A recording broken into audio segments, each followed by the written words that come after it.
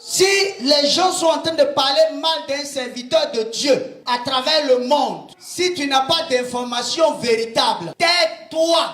Parce qu'aujourd'hui, il y a tellement de fausses informations sur le net. Mais pour ceux qui vont sur le net, ils verront ces informations. Hey, l'homme de Dieu là, regarde.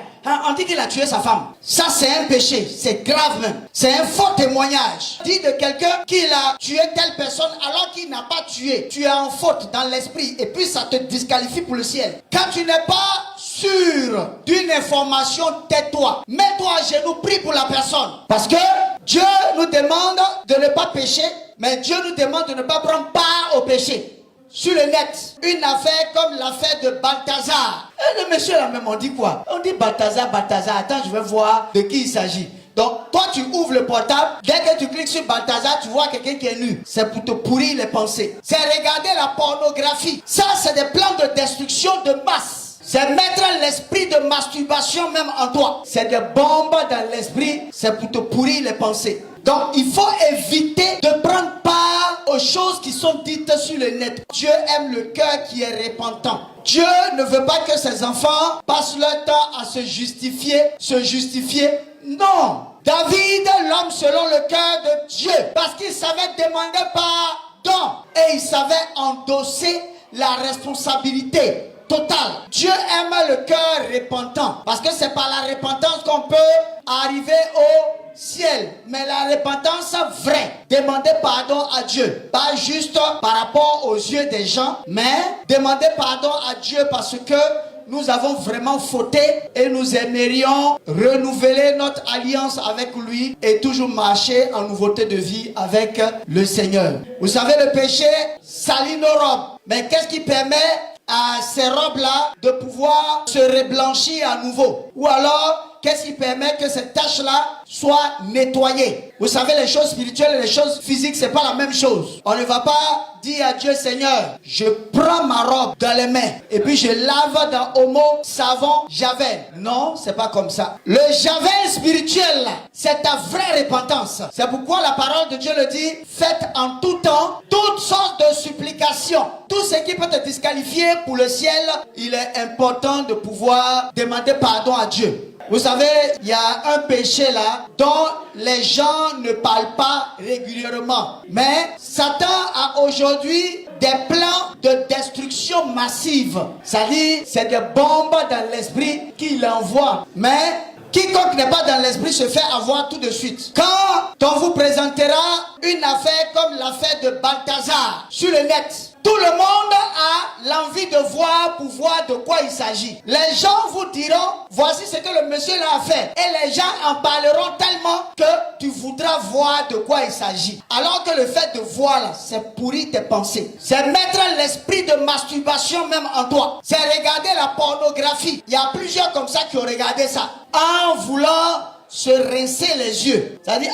le monsieur là même, on dit quoi? On dit Balthazar. Attends, je vais voir de qui il s'agit. Donc, toi, tu ouvres le portable. Dès que tu cliques sur Balthazar, tu vois quelqu'un qui est nu. C'est pour te pourrir les pensées. Ça, c'est des plans de destruction de masse. On n'est pas obligé de venir dans ta maison pour te faire pécher. Voici une deuxième chose. Les faux témoignages, c'est pas bien de la présence de Dieu. Et quiconque pratique les faux témoignages est disqualifié pour le ciel. Les faux témoignages, c'est de dire des choses sur ton frère, ou alors des choses sur ta soeur, ou alors de dire des choses sur un homme de Dieu, mais qui ne sont pas fondées, c'est pas vrai. Sur le net, il y a plusieurs qui donnent plusieurs fake news, c'est-à-dire de fausses nouvelles, de fausses informations. Si tu n'as pas une vraie information, tais-toi. Sinon, si tu commences à blâmer le frère ou bien la sœur dans ton cœur, tu te prends tout de suite une balle perdue dans l'esprit. Parce que Dieu nous demande de ne pas pécher, mais Dieu nous demande de ne pas prendre part au péché. Si les gens sont en train de parler mal d'un serviteur de Dieu à travers le monde, si tu n'as pas d'informations véritables, tais-toi. Parce que les chrétiens sont difficiles. Souvent, c'est leurs émotions. Mais tu ne sais pas que tu as pris un péché là. Dis de quelqu'un qu'il a une nature alors que ce n'est pas sa nature. Ou alors dis de quelqu'un qu'il a tué telle personne alors qu'il n'a pas tué. tu es en faute dans l'esprit et puis ça te disqualifie pour le ciel. Ça, c'est un péché. C'est grave même. C'est un faux témoignage. Quand tu n'es pas sûr d'une information, tais-toi. Mets-toi à genoux, prie pour la personne afin que la vérité éclate. Parce qu'aujourd'hui, il y a tellement de fausses informations sur le net. Mais pour ceux qui vont sur le net, ils verront ces informations. Hey, l'homme de Dieu là, regarde. On dit qu'il a tué sa femme. Hey, l'homme de Dieu là. On dit que c'est lui qui a empoisonné les gens de son église. Voilà, la soeur là. On dit que voici ce qu'elle a fait. Si ce que tu dis, c'est vrai, il n'y a pas de problème. Mais si ce que tu dis, c'est faux, tu es disqualifié pour le ciel. C'est comme toutes ces personnes qui ont l'habitude de dire, oh, les délivrances qui se font à l'APD, c'est pas délivrance. Quand tu le dis, du coup, tu prends le péché. Si tu as tort, mais tu as tort. Donc, il faut éviter de prendre part aux choses qui sont dites sur le net. Parce qu'il y a des gens, ils aiment tellement Dieu qu'ils prennent tout en même temps. Quand on dit sur le net, il ne faut pas manger sauce graine. On vient de dire, voilà, j'ai un doc. Maintenant, ma sanctification est plus élevée que toi, ta sanctification. Parce que moi, je ne mange plus sauce graine. Envoyez sauce graine. On va bien manger ça devant. Gloire à Dieu.